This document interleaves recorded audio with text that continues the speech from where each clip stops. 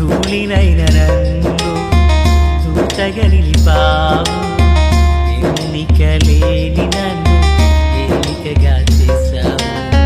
ధూళినైన నన్ను దూతగా నిలిపావు, ఎన్నికలేని నన్ను ఏలికగా చేశావు. భూమి విరిగి ఫలమిచ్చెను, మేఘమిరిగి వర్షమొచ్చెను, రొట్టె విరిగి వృద్ధి చెందెను, నన్ను విరిచి వాడుకోమయ్యా.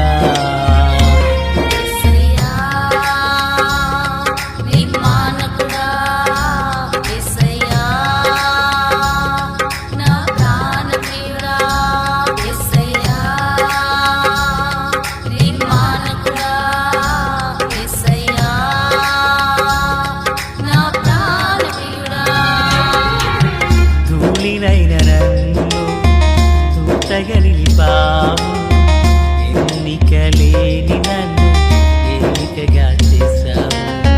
ధూళినైన నన్ను దూతగా నిలిపావు, ఎన్నికలేని నన్ను ఏలికగా చేశావు. మన ప్రభు అయినటువంటి యేసుక్రీస్తు వారి పరిశుద్ధమైన నామంలో తండ్రి అయిన దేవాది దేవునికి నిత్యము స్తుతియు స్తోత్రములు, మహిమయు ఘనతయు ప్రభావములు యుగయుగములు ప్రభువునకే చెల్లునుగాక. ఆత్మీయులారా, బాగున్నారు కదా?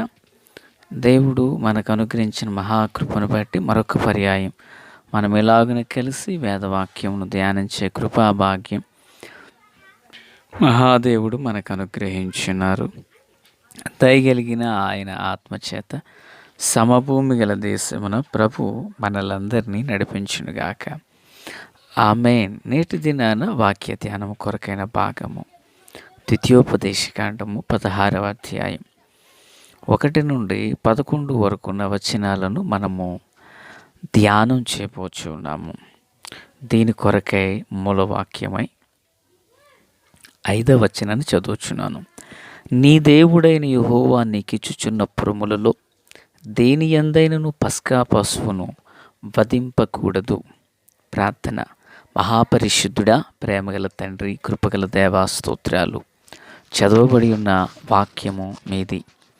వినుచున్న వారందరూ మీ వారు, మీ దాసుడనైన నన్ను పూర్ణముగా మరుగు చేసి దైవ స్వరమును వినిపింపచేయండి. మీరు ఆకడ కొరకు, రాజ్యం కొరకు నన్ను మమ్ములను సిద్ధపరచండి. సియోనులో నుండి మీ కృపా కనికర హస్తం మా అందరికీ తోడయుండునుగాక. మేలు చేత నింపి నడిపించమని, మహిమ పొందమని యేసయ్య మహోన్నతమైన నామంలోనికి ప్రార్థించిన మనవులన్నీ పొందియున్నామని నమ్ముచున్నాము మా పరమ తండ్రి. ఆమేన్. ఆత్మీయులారా, బాగున్నారు కదూ? ఈ చదవబడిన వాక్య భాగాన ఈ 11 వచనాలే కాదు, ఈ అధ్యాయం అంతా కూడా ఇశ్రాయేలునకు దేవుడు ఏర్పరిచినటువంటి పండుగలను గూర్చి వివరించబడింది. ఇశ్రాయేలునకు దేవుడు 7 పండుగలను ఏర్పరిచారు. పస్కా పండుగ, పులిని రొట్టెల పండుగ, పెంతెకొస్తు పండుగ, ప్రథమ ఫలార్పణ పండుగ, బూరెల పండుగ, ప్రాయశ్చిత్తార్థ పండుగ, అలాగుననే పర్ణశాలల పండుగ. ఈ 7 పండుగలలో ప్రతి పండుగ విశేషమైనదే. అయితే ఈ 7 పండుగలలో 3 పండుగల కాలాన ఇశ్రాయేలులో నుండిన ప్రతి పురుషుడు యెరూషలేమునకు మందిరానికి వెళ్ళవలెనని దేవుడు వారికి ఒక శాసనమును జారీ చేశారు. దేవునికి మహిమ కలుగునుగాక.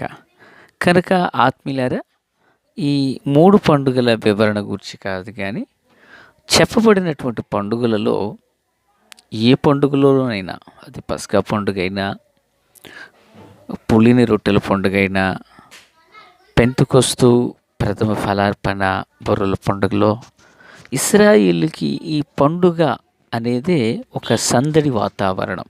మనకు కూడా పండుగ అంటే సందడే కదండి. మన భారతదేశంలో కూడా ఎన్నో పండుగలు ఉన్నాయి. సాధారణంగా ఏదైనా పండుగ అంటే అది సందడి వాతావరణం. ఆ సందడి వాతావరణంలో కొన్ని కొన్ని ఆ, విధానాలు లేక పద్ధతులను మనము పాటిస్తూ ఉంటాం. మరి ముఖ్యంగా ఎస్పెషలీ ఫ్యామిలీ సంతోషిస్తూ ఉంటారు పండుగ. అయితే ఈ పండుగ అంటే మనుషుడు సంతోషించడమే కాదు. పండుగ అంటే సృష్టికర్త అయిన దేవుణ్ణి ఏ విధం చేతనని సంతోషపెట్టేటువంటి ప్రక్రియ ఇజ్రాయిల్లో ఉండేది. కనుక పండుగ సందర్భాన వీళ్ళు కేవలం బహుమానాలు ఇచ్చి వీళ్ళు ఒకరికొకరు ఇచ్చిపుచ్చుకుని సంతోషించడమే కాదు, ఆ సజీవుడైన దేవునితో వీళ్ళు కొంత సమయాన్ని వెచ్చించి దేవాలయంలో వీళ్ళు కనిపించి వారికి కలిగిన అర్పణలను అర్పించాలి. వింటున్నారు కదా. వారికి కలిగిన దానిని బట్టి వారు అర్పణ అర్పిస్తారు. చూడండి, మన హైందవ సహోదరుల్లో కూడా వారు కొన్ని ప్రత్యేక సందర్భాల్లో వారు టెంపుల్స్కి వెళుతూ వాళ్ళు తమకు కలిగిన దానిలో మన వాటిని చెప్పుకోకూడదు, కొన్నింటిని ఇస్తారు. అయితే ఇక్కడ నేను చెప్పే మాట ఏంటంటే, ఇజ్రాయేలులో దేవుడు ఆ పండుగ సందర్భాన వారు దేవునికి ఏ అర్పణనైతే అర్పించదలంచారో ఆ అర్పణముల విషయంలో వారు దేవుడు వారికి ఇచ్చిన పురములలో దేని యందైనా ఒక దాని యందు ఆ పస్కా పశువును వారు వధించకూడదు. ఏ స్థలాన్ని పడితే ఆ స్థలాన, ఎక్కడ పడితే అక్కడ వారు తమ అర్పణలను అర్పించకూడదు అంటూ ప్రభువారు చెప్పారు. మరేం చేయాలి? వారు అర్పణలను అర్పించకూడదు అంటే ఏం చేయాలి? దేవుని వాక్యం ఎంత స్పష్టంగా తెలుస్తుందంటే చూడండి, అదే అధ్యాయం 11వ వచనం. ఏది? 16 అధ్యాయం 11వ వచనం చివరి మాటలు, నీ మధ్యనున్న పరదేశులను తల్లిదండ్రులు లేనివారు విధవరాండ్రును నీ దేవుడైన యెహోవా తన నామమును స్థాపించుటకు ఏర్పరచుకుని స్థలమున నీ దేవుడైన యెహోవా సన్నిధిని సంతోషించవలెను. అంటే దేవుని సన్నిధిలోనే నువ్వు సంతోషించాలి. దేవుడు నీకేదో ఒక పురాన్ని ప్రేమించి వాగ్దాన దేశంలో కొంత భాగాన్ని మీరు పంచుకున్న తర్వాత అక్కడ నీవు బలి అర్పణ చేయొద్దు. దేవుడు ఏర్పరచుకున్న స్థలంలోనికే నీ వెళ్ళు అంటున్నారు. అంటే ఎక్కడ దేవుడు ఏర్పరచుకున్న స్థలం? యెరూషలేములోనే వీళ్ళు వెళ్ళి బలి అర్పణ అర్పించారు. చూడు, పెంతెకొస్తు పండుగ దినాన 16 దేశాల పేర్లు అక్కడ ఉంటాయి. ఆ ప్రాంతాల నుండి ప్రజలందరూ వచ్చి అక్కడ ఆరాధనలో పాల్గొన్నారు పెంతెకొస్తు పండుగలో. ఫలితంగా మరి దైవజనుడైన పేతురు గారి బోధ, పరిశుద్ధాత్మని కుమ్మరింపులో 3000 మంది విమోచించబడ్డారు. అంటే పండుగ దినాన జరిగిన విషయం ఏంటి? పండుగ దినాన ప్రభు నామం కనపరచబడి ప్రజలు ప్రభు తట్టుకు తిరిగారు. ఇది పండుగ యొక్క పరమార్థం. అయితే నేటి దినాల్లో జరుగుతున్నది ఏంటి? పండుగ పేరు చెప్పుకుని మనుషులు తమకిష్టమైన మార్గంలో నడుస్తున్నారు. దేవుడు దాన్ని అంగీకరించట్లేదు. పండుగ రోజు ప్రజలు ప్రభు తట్టుకు తిరగాలి. అది పండుగ యొక్క పరమార్థం. క్రిస్మస్ పండుగ అని చెప్పి ఇతరుల గురించి మనకెందుకు, మన గురించి పండుగ అని చెప్పి ఆ పండుగలో ప్రభు నామం కనపరచబడాలి, ప్రభు ప్రకటన చేయబడాలి. మన బట్టలు వేసుకుని మనం ఆనందించి మనం వండుకుని మనం తిని అది ప్రభువునకు ఘనత తెచ్చేది కాదు, సంతోషం. అయితే ఆ స్థలములోనే ప్రభు ఏర్పరచుకున్న స్థలములోనే దాన్ని అర్పించాలన్నారు. చూడండి, దీనికి ప్యారలల్గా మరో సందర్భం చెప్తాను. ఇశ్రాయేలీయులు 400 ఏళ్ళు ఐగుప్తులో ఉన్నారు. ఈ ఐగుప్తులో ఉన్నప్పుడు దేవాది దేవుడు ఏమని చెప్పారు? మీరు నా కొరకు ఒక ఉత్సవాన్ని చేయండి, అరణ్యంలోకి వెళ్ళనంటే అప్పుడు ఫరో అంటాడు, క్షమించండి, మీరు ఈ పట్టణంలోనే ఉండి ఉత్సవాన్ని జరిగించండి అంటాడు. అప్పుడు వాళ్ళు అంటారు, లేదు మేము చేసేటువంటి పండుగ ఐగుప్తులకి హేయంగా ఉంటుంది, మేము అరణ్యంలోకి వెళ్తామంటారు. సో వాడు చాలా కండిషన్స్ పెడతాడు. పురుషులు వెళ్ళండి, పశువులన్నిటిని ఇక్కడ పెట్టండి, స్త్రీలను పిల్లల్ని ఇక్కడ విడిచిపెట్టండి, 3 దినాలు దూరం పోవద్దు, దగ్గరలో అర్పించినట్టు. అంటే ఒక మనుషుడు పండుగ వాతావరణంలో దేవునికి దగ్గర అవ్వాలి.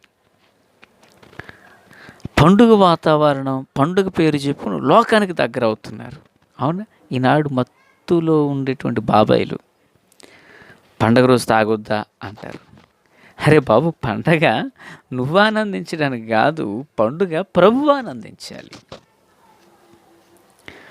వారి అరణ్యంలో ఉత్సవాన్ని చేయడానికి ఎందుకు వెళ్ళారంటే ప్రభువుపై ఆనుకోవడానికి వెళ్ళారు.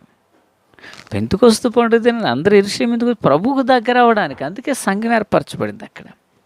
ఈరోజు మన జీవితంలో కూడా పండుగ అని ఏదైనా చెప్పామంటే ఆ పండుగ ద్వారా ప్రభువు గణపరచబడాలి, ప్రభువునకు మనం ప్రజ దగ్గర అవ్వాలి. అదే పండుగ. క్రిస్మస్లో క్రీస్తు లేని పండుగ ఏంటి? ఏ పండుగ అయినా పండుగ ద్వారా ప్రభువు గణపరచబడాలి, ప్రజలు ప్రభువుకు దగ్గర అవ్వాలి. అదే పండుగ యొక్క పరమార్థం. మునిగి తేలడానికి కాదు, మన గొప్పలు చెప్పుకోవడానికి కాదు పండుగ. ప్రియులారా, ఇప్పుడు ఈ పండుగ దేవుడు ఏర్పరచుకున్న స్థలం అన్నారు. అంటే దేవుడు ఏర్పరచుకున్నది ఏంటి? ఆకాశము నా సింహాసనం, భూమి నా పాదపీఠం, యెరూషలేము మహారాజు పట్టణం. దేవుడు ఏర్పరచుకున్న స్థలం. ఆ స్థలానికి వెళ్ళి బలులను అర్పించి, అర్పణలను అర్పించి ప్రభువును గణపరచాలి. దేవునికి మహిమ కలుగునుగాక. అది పండుగ యొక్క పరమార్థం.